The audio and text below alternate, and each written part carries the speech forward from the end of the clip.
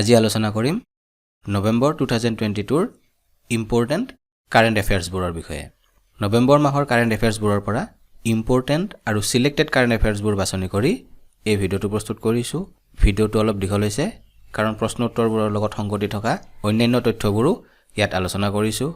এই ভিডিঅ'বোৰ প্ৰস্তুত কৰাৰ একমাত্ৰ উদ্দেশ্য হৈছে প্ৰতিযোগিতামূলক পৰীক্ষাৰ প্ৰস্তুতি কৰাত আপোনালোকক সহায় কৰা। হেহে ভিডিঅ'টো শেষলৈ চাব আৰু প্ৰশ্ন উত্তৰবোৰ মনত ৰাখিবলৈ চেষ্টা কৰিব।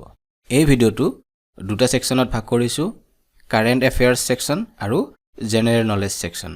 প্ৰথমে কাৰেন্ট এফেয়াৰ্ছ সেকশন আলোচনা কৰিম, পিছত জিকে সেকশন আলোচনা কৰিম আৰু ভিডিঅ'ৰ শেষত এটা প্ৰশ্ন আপোনালোকলৈ আগবঢ়াইছো। সেই প্ৰশ্নটোৰ উত্তৰ আপোনালোকে কমেন্ট সেকশনত দিব পাৰিব। প্ৰথম প্ৰশ্ন, কোনে ভাৰতৰ 50 সংখ্যক মুখ্য ন্যায়াধীশ ৰূপে শপত গ্ৰহণ কৰিছে? 50th chief justice of India. এই প্ৰশ্নটোৰ উত্তৰ হৈছে ধনঞ্জয় যশৱন্ত চন্দ্ৰচূড়। ধনঞ্জয় যশৱন্ত চন্দ্ৰচূড় হৈছে ভাৰতৰ 50 সংখ্যক মুখ্য ন্যায়াধীশ। ভাৰতৰ মুখ্য ন্যায়াধীশ গৰাকী ভাৰতৰ ৰাষ্ট্ৰপতিয়ে নিয়োগ কৰে। এগৰাকী মুখ্য ন্যায়াধীশে তেখেতৰ 65 বছৰ বয়সত অৱসৰ গ্ৰহণ কৰে। ভাৰতৰ উচ্চতম ন্যায়ালয়ৰ প্ৰথম গৰাকী মুখ্য ন্যায়াধীশৰ নাম হৈছে H.J. কানিয়া। 2 নং প্ৰশ্ন, লুইছ ইনাচিঅ লুলা দা চিলভা কোনখন দেশৰ নতুন ৰাষ্ট্ৰপতি হিচাপে নিৰ্বাচিত হৈছে? ইয়াৰ উত্তৰ হৈছে ব্ৰাজিল। লুইছ ইনাচিঅ লুলা দা চিলভা ব্ৰাজিলৰ নতুন ৰাষ্ট্ৰপতি হিচাপে নিৰ্বাচিত হৈছে।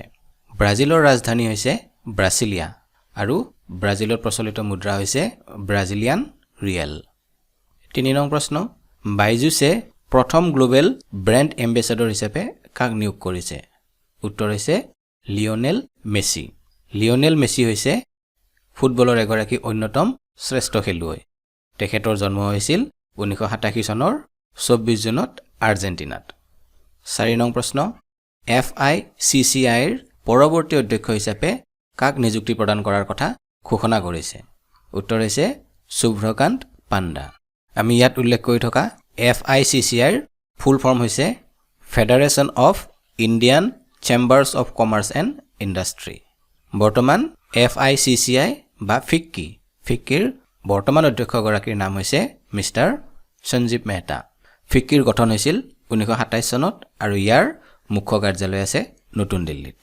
2022 বৰ্ষৰ 16 ডিচেম্বৰৰ পৰা 17 ডিচেম্বৰৰ ভিতৰত ফিক্কিৰ নতুন অধ্যক্ষ অৰ্থাৎ শুভ্ৰকান্ত পাণ্ডাদেৱে কাৰ্যভাৰ গ্ৰহণ কৰিব। 5 নং প্ৰশ্ন, কোনে BPCLৰ অধ্যক্ষ আৰু পৰিচালন সঞ্চালক হিচাপে নিযুক্তি লাভ কৰিছে? Chairman and managing director of BPCL। ইয়াৰ উত্তৰ হৈছে V ৰামকৃষ্ণ গুপ্তা। BPCLৰ ফুল ফৰ্ম হৈছে ভাৰত পেট্ৰলিয়াম কৰ্পোৰেশ্যন লিমিটেড। ইয়াৰ গঠন হৈছিল 1952 চনত আৰু ইয়াৰ মুখ্য কাৰ্যালয় আছে মুম্বাইত। 6 নং প্ৰশ্ন, মেক্সিকান গ্ৰেণ্ড প্ৰিক্স 2022 কোনে জিকিছে? উত্তৰ হৈছে মেক্স ভাৰ্ষ্টাপেন। 7 নং প্ৰশ্ন, ট্ৰেক এছিয়া কাপ 2022 ভাৰতৰ কোনখন ৰাজ্যত অনুষ্ঠিত হ'ব? ইয়াৰ উত্তৰ হৈছে কেৰেলা। কেৰেলা ৰাজ্যত ট্ৰেক এছিয়া কাপ 2022 অনুষ্ঠিত হ'ব। ট্ৰেক এছিয়া কাপ হৈছে চাইক্লিং টুৰ্ণামেণ্ট। কেৰেলাৰ ৰাজধানী হৈছে তিৰুৱনন্তপুৰম। ৰাজ্যপাল হৈছে আৰিফ মহম্মদ খান আৰু মুখ্যমন্ত্ৰী হৈছে পিনাৰায় বিজয়ন। 8 নং প্ৰশ্ন, ইণ্ডিয়া জল সপ্তাহ 1 নৱেম্বৰৰ পৰা 5 নৱেম্বৰলৈ পালন কৰা হৈছে। 2022 বৰ্ষৰ ইণ্ডিয়া জল সপ্তাহৰ বিষয়বস্তু কি? উত্তৰ হৈছে water security for sustainable development with equity. এইটো হৈছে ইণ্ডিয়া ৱাটাৰ উইকৰ 2022 বৰ্ষৰ থিম। পানীৰ অপচয় ৰোধ কৰা, বিশুদ্ধ পানীৰ ব্যৱহাৰৰ লগতে পানীৰ সংৰক্ষণৰ প্ৰতি সজাগতা বৃদ্ধিৰ বাবে 2012 চনৰ পৰা ইণ্ডিয়া জল সপ্তাহ পালন কৰি অহা হৈছে। ভাৰতৰ বৰ্তমান জলশক্তি মন্ত্ৰীগৰাকীৰ নাম হৈছে শ্ৰী গজেন্দ্ৰ সিং শেখাৱত। ইয়াত আমি ইণ্ডিয়া জল সপ্তাহৰ বিষয়ে গম পালোঁ। এতিয়া আমি বিশ্ব জল সপ্তাহৰ বিষয়ে কিছু কথা জানি থওঁ। বিশ্ব জল সপ্তাহ 2022 23 আগষ্টৰ পৰা 1 ছেপ্টেম্বৰলৈ পালন কৰা হৈছিল। 2022 বৰ্ষৰ বিশ্ব জল সপ্তাহৰ থিমটো হৈছে sing the unseen the value of water. বিশ্ব জল সপ্তাহ আয়োজন কৰা সংস্থাটোৰ নাম হৈছে ষ্টকহোম ইণ্টাৰনেশ্যনেল ৱাটাৰ ইনষ্টিটিউট। চমুকৈ ইয়াক SIWI বুলি কোৱা হয়।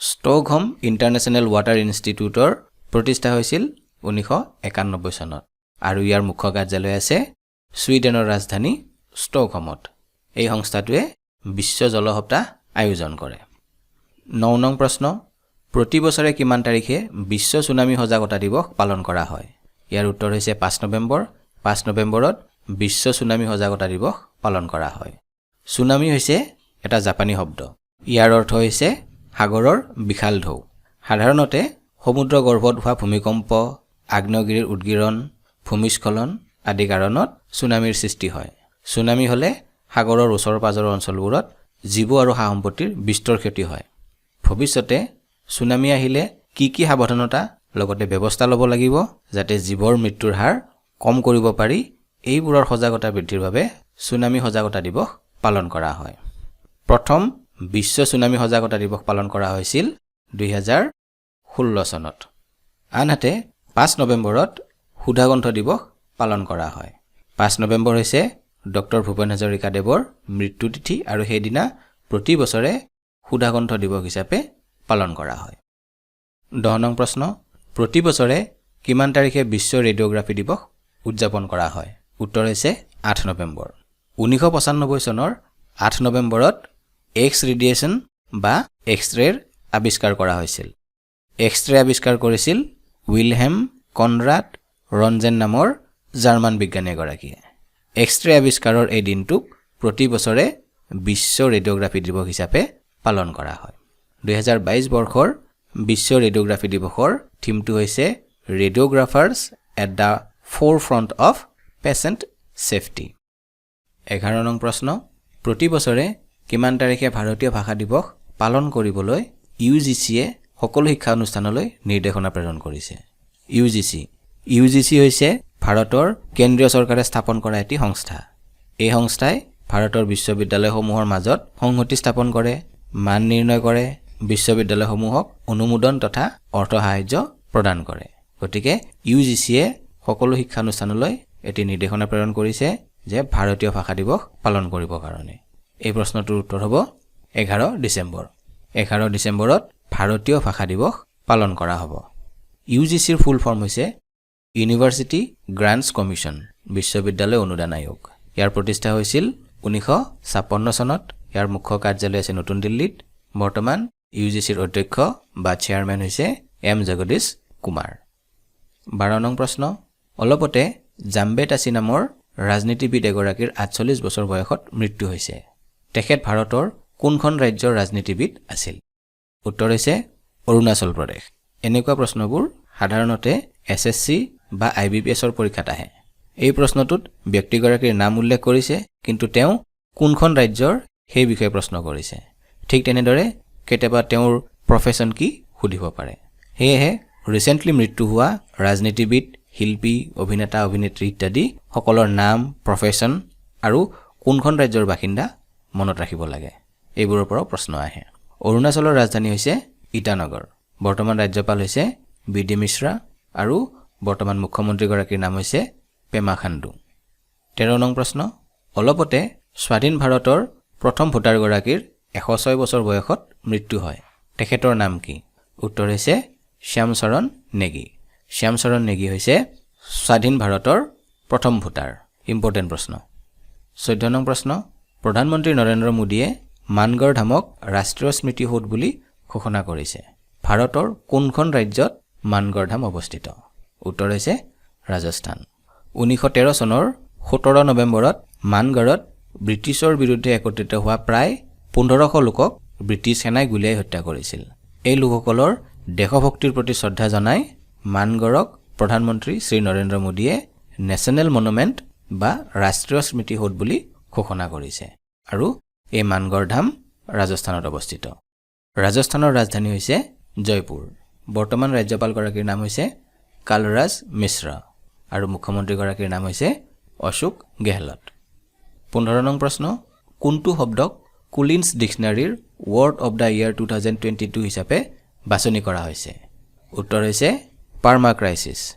পাৰ্মাক্ৰাইচিছ এই শব্দটোৰ অৰ্থ হৈছে an extended period of instability and insecurity এটো হৈছে কুলিন্স ডিক্সনাৰীৰ ৱৰ্ড অফ দ্য ইয়াৰ 2022 ঠিক তেনেদৰে কেম্ব্ৰিজ ডিক্সনাৰীৰ ৱৰ্ড অফ দ্য ইয়াৰ 2022 হৈছে হোমাৰ এই শব্দকেইটা মনত ৰাখিব লাগিব ইম্পৰ্টেণ্ট হয় এইখিনিতে আমাৰ কাৰেণ্ট এফেয়াৰ সেকশনটো শেষ হৈছে জিকে সেকশনৰ প্ৰথম প্ৰশ্নটো হৈছে write the full form of NITI Aayog who is the chairperson of this NITI Aayog নীতি আয়োগৰ সম্পূৰ্ণ নাম কি আৰু নীতি আয়োগৰ বৰ্তমান চেয়াৰপাৰসন কোন নীতি আয়োগৰ full form national institution for transforming India আৰু নীতি আয়োগৰ বৰ্তমান চেয়াৰপাৰসন হৈছে ভাৰতৰ প্ৰধানমন্ত্ৰী শ্ৰী নৰেন্দ্ৰ মোদী ভাৰতৰ প্ৰধানমন্ত্ৰী গৰাকীয়ে নীতি আয়োগৰ চেয়াৰপাৰসন হয় এতিয়া নীতি আয়োগৰ বিষয়ে কিছু কথা জানি থওঁ 2015 চনৰ 1 জানুৱাৰীত নীতি আয়োগ গঠন কৰা হয় ভাৰতৰ প্ৰধানমন্ত্ৰী শ্ৰী নৰেন্দ্ৰ মোদীয়ে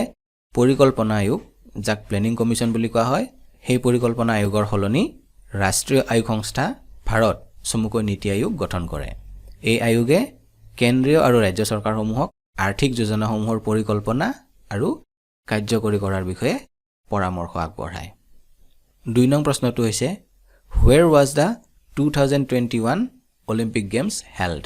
How many medals did India win?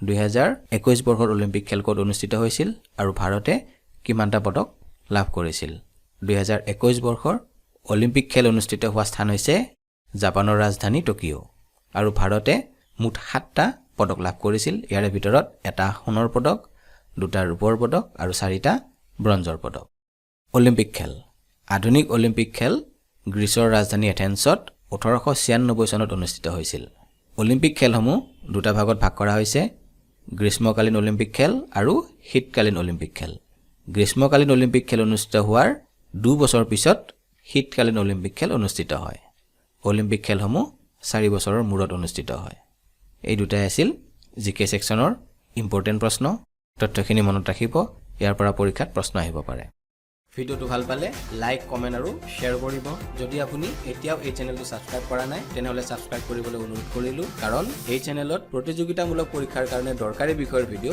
Upload হৈ থাকে চেনেলটো সাবস্ক্ৰাইব কৰাৰ পিছত নটিফিকেশন বেলটো অন কৰি অলট ক্লিক কৰিব তেতিয়া এই চেনেলত আপলোড হোৱা যিকোনো ভিডিওৰ নটিফিকেশন প্ৰথমে আপোনাৰ ওচৰলৈ যাব ধন্যবাদ